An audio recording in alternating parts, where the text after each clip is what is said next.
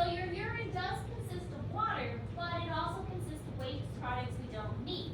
Now, we didn't see this as much in the other animals because do birds pee? Yeah. They poop.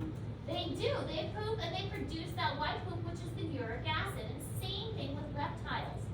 So reptiles can urinate, and they do, and amphibians as well. They do have bladders, so they do have kidneys to some degree that help with this. But we don't release uric acid in a solid form in that white form like birds do. So our kidneys are filtering out the things that our body does not need, the waste products that it has picked up from our tissues, and then getting it out of our body.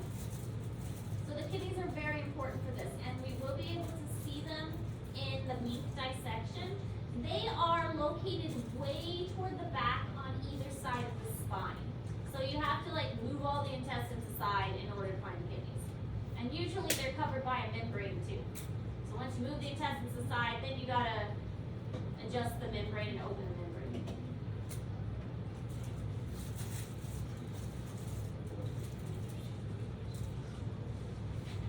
I'm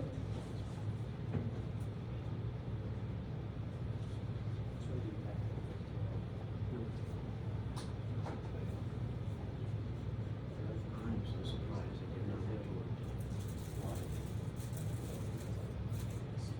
I had to take off the Maybe it's very bad. Sorry for pronouncing it incorrect. All right, so as far as the hair of the mammal, mammals are the only group of animals that actually have hair or fur. And its primary function is to insulate. It's to keep the animal warm. That's why a lot of times animals will get thicker coats in wintertime and then shed those thicker coats. And you see this with dogs and cats all the time. If you happen to have a husky, for instance, you are a great example of having a really thick coat in winter and then losing all of that fur and shedding like crazy during this time of year. So the primary purpose of the fur is to insulate, but it can also be used for camouflage. A lot of the coloration that mammals have helps them to camouflage. There's going to be seasonal changes sometimes. In some animals, they change color completely. So there's a type of weasel that changes color from winter to summer, and then snowshoe hare is a great example. The snowshoe hare has a white coat in winter, but in the summertime it's actually brown. So sometimes their color is going to completely change with their coat to help them with that camouflage. Sometimes they have warning coloration. Skunks are really the best example of this. That black and white color is a warning sign to stay away if there is some kind of predator or something nearby. So the fur's main job is insulation, but it's not its only job. Camouflage, protection, warning coloration, all of that goes into effect too. These two people.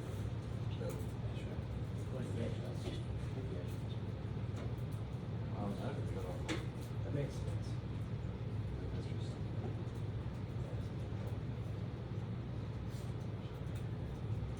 You're just mad you didn't get on that volleyball. I bet I could. I bet you couldn't. I bet I could. We were freaking out.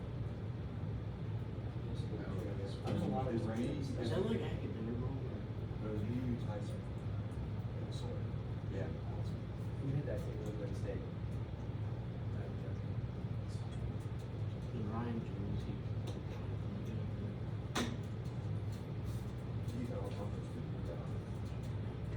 Ryan's There you go. he's.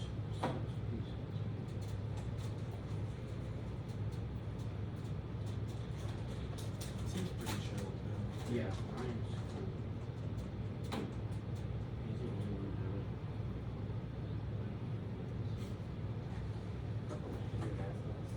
Okay, so here's just some examples of different coloration patterns that you could see in different animals.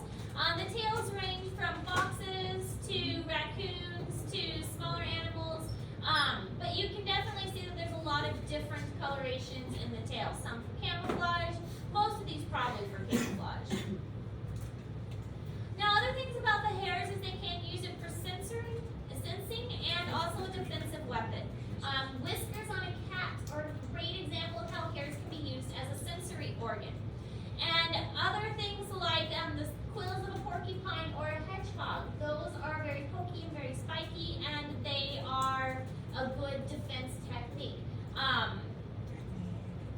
Hair and claws are made of the same thing, just like our hair and our fingernails are made of the same thing. It's made of a material called keratin. And so they are often grouped in the same, or put together in the same group because they are made of the same stuff. Now the porcupine versus the hedgehog, this is a distinction that we need to make. They are not related. Well, aside from being mammals, but they're not in even the same order of mammals.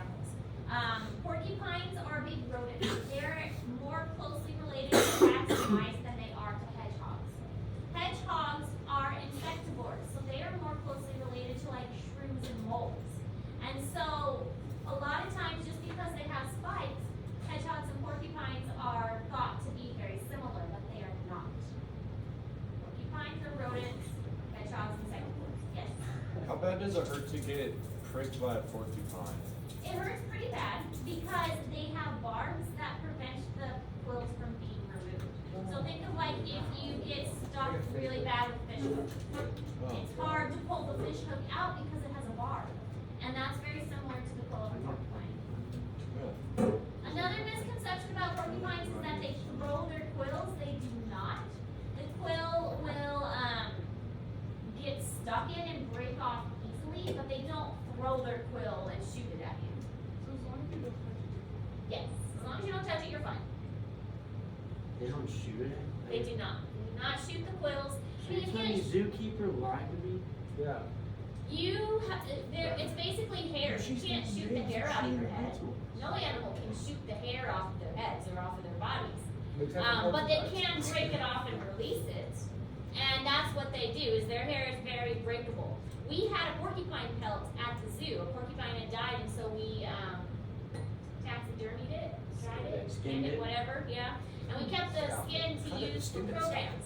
And it was very pokey, but they were all well attached. I mean, you could touch them and feel them, and it didn't get stuck in. I mean, it hurt when we got poked a couple times really good, but it didn't. You can't shoot it off.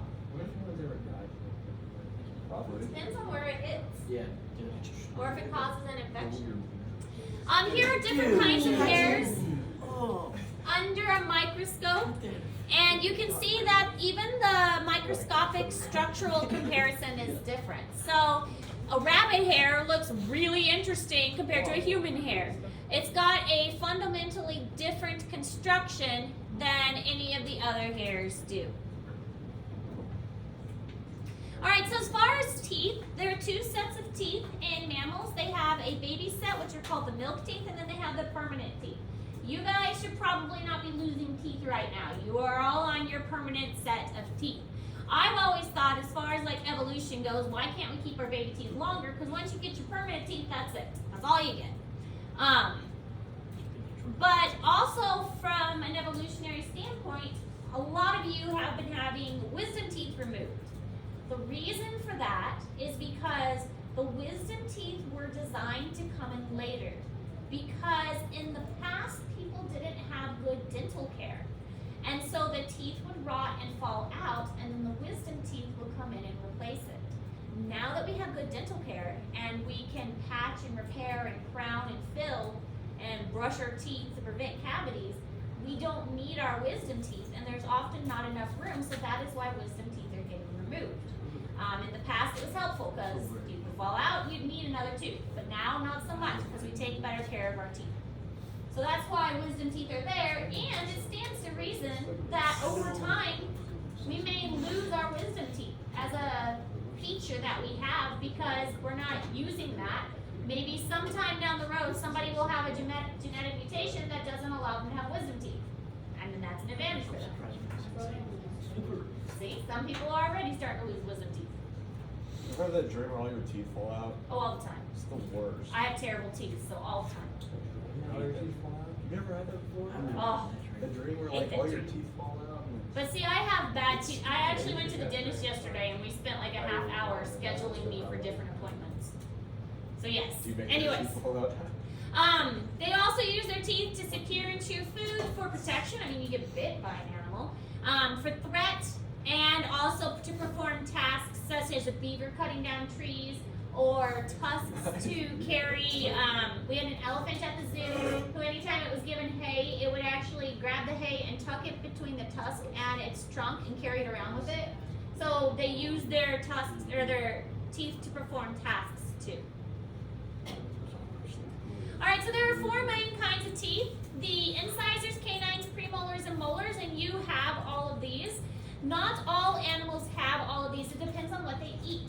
The premolars and molars are used for grinding up food, so you only have those if you are a plant eater and you need to grind things up. So a carnivore isn't going to have premolars and molars that look like ours. They don't need it. They're not grinding food up. They're going to have canines and incisors, and something else called carnasals, which are sharper back teeth. They don't have any flat teeth, and that's a good indication that it's a carnivore. So looking at this skull here, you can kind of see that they're not going to have the same kind of back teeth as we do, because this is obviously a predator skull. You can tell what an animal is just based on looking at the teeth. And as I mentioned yesterday, that was one of the things they taught us at school when I went to Northwest for the wildlife program, was how to identify skulls based on their teeth.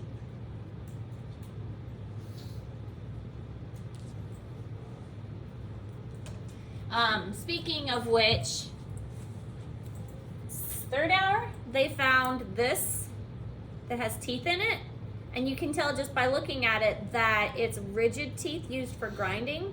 So this would actually come from a deer. It also helps to think that, okay, we have a lot of deer around here, and so this is most likely going to be a deer tooth. But the back teeth are very flat. They've got some points, but that's used for grinding up those plants. If we have any mammal skulls. Oh, we do. I'll pull those too.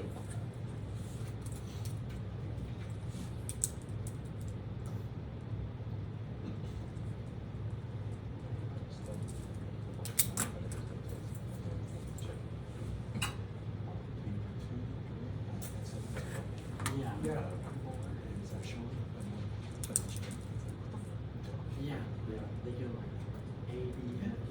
What are you talking about? That was some of the Okay, so here are some other examples. Usually possible to determine the animal diet by looking at its teeth. Again, this would be an example of a cat. Cats have very roundish skulls, very long noses, and you can also see that they have very large canines, and even the back teeth are sharp. So this would be more reminiscent of a dog. Dogs have longer snouts, and again, sharp teeth.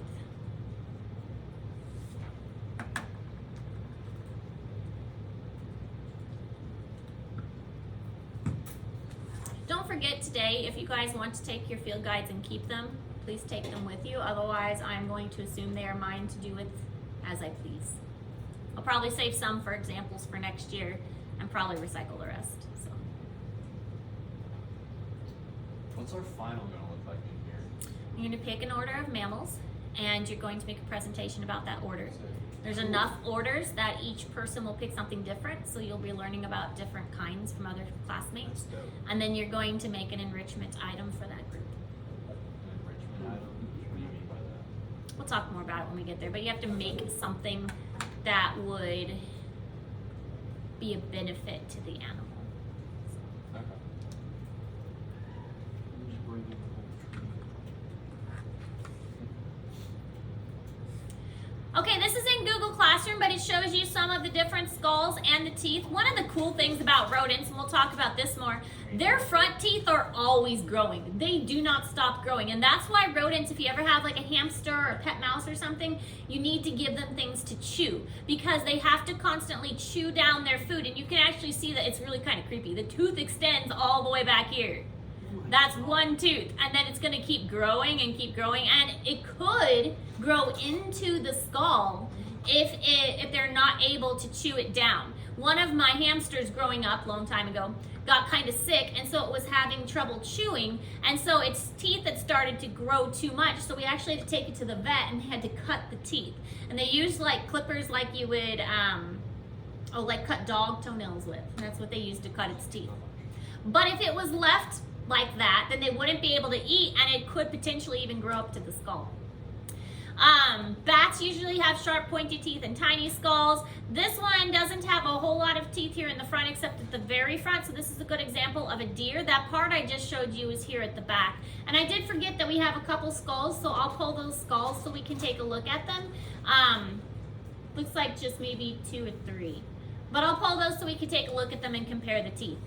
Anteater has no teeth except way back here. So anteater can't bite you, but it can sure claw you. Anteaters have really big claws. Porpoises, types of whales, you can see their head shape is different too.